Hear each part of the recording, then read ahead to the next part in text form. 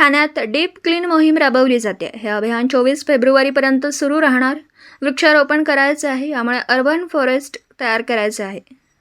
ठाणे बदलत असल्याचं या मोहिमेतून दिसून येतं।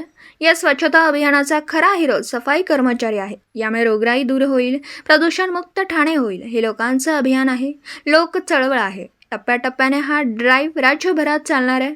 याबाबत मनपामध्ये याविषयी स्पर्धा लावल्यात। एखादं अभियान घेऊन मुख्यमंत्री रस्त्यावर उतरतो तेव्हा यंत्रणा आणि लोक देखील सहभागी होतात। घरी बसून काम करणारा मुख्यमंत्री नाही। ठाण्यात 1 वर्षापासून ही मोहीम सुरू आहे। 5 राज्यातील निकालाने दाखवून दिले, मोदींची गॅरंटी आहे।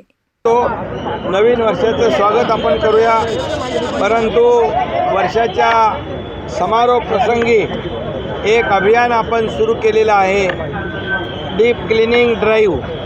हे अभियान मुंबईतून सुरू झालं, आज ठाण्यामध्ये त्याला सुरुवात होते आहे। आज जवळपास 5000पेक्षा जास्तीचे आज स्वच्छता दूत या ठिकाणी आहेत आणि खऱ्या अर्थाने यामध्ये महापालिका आयुक्तांनी एक चांगलं प्लॅनिंग केलेलं आहे। एक मोठा विभाग घ्यायचा आणि इतर विभागातले कर्मचारी आणि मॅनपॉवर मशिनरी इकडे आणायची आणि त्यांनी त्याप्रमाणे आज पाहिलं आहे की पहिले रस्ते स्वच्छ केले जातात झाडूने, त्यानंतर रस्त्यावरची माती ब्रशनी केली जाते, स्क्रबिंग केलं जातं आणि त्यानंतर प्रेशर पाईपने पाणी मारलं जातं।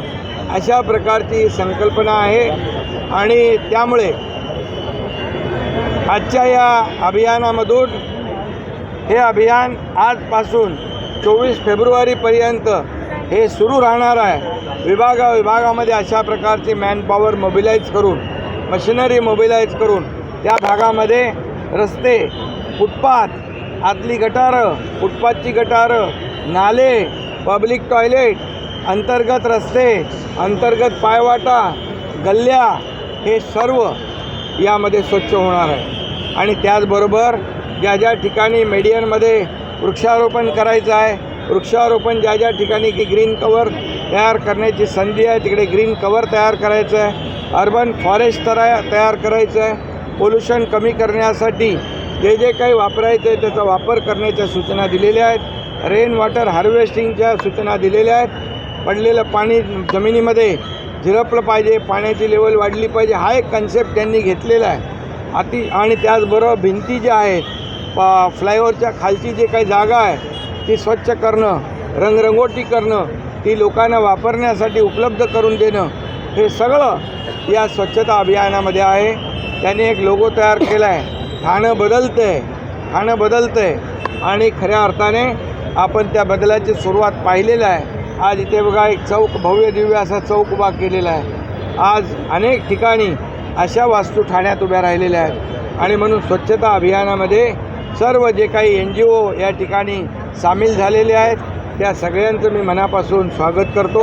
आणि खरं म्हणजे या स्वच्छता अभियानाचा खरा हिरो कोण असेल तर यामध्ये साफसफाई कर्मचारी हा या स्वच्छता अभियानाचा खरा हिरो आहे।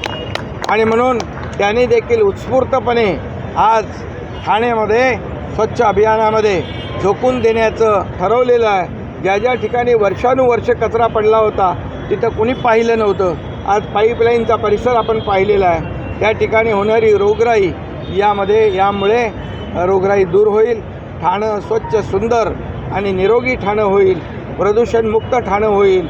अशा प्रकारचं ठाणं लोकांना अपेक्षित आहे। हे फक्त मुख्यमंत्र्याचं अभियान नाही, हे महापालिकेचं अभियान नाही, राज्य सरकारचं अभियान नाही, तर लोकांचं अभियान आहे। ही लोक चळवळ व्हावी, एक जनजागृती, लोकांमध्ये क्रांती या अभियानाच्या माध्यमातून आपल्याला दिसेल। अशा प्रकारचं अभियान आज सुरू झालेलं आहे।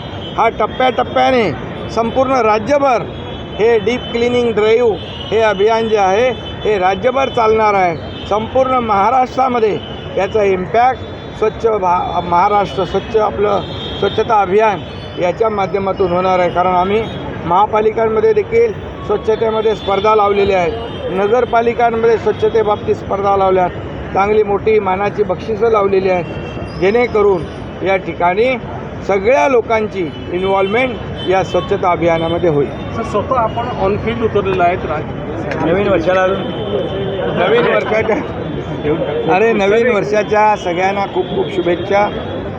हे नवीन वर्ष सर्वांना सुखाचं, समृद्धीचं, आनंदाचं जावो आणि राज्याची एक संकल्पना आहे, सरकारची आमची संकल्पना आहे, या राज्यातल्या सर्वसामान्य लोकांना न्याय मिळो.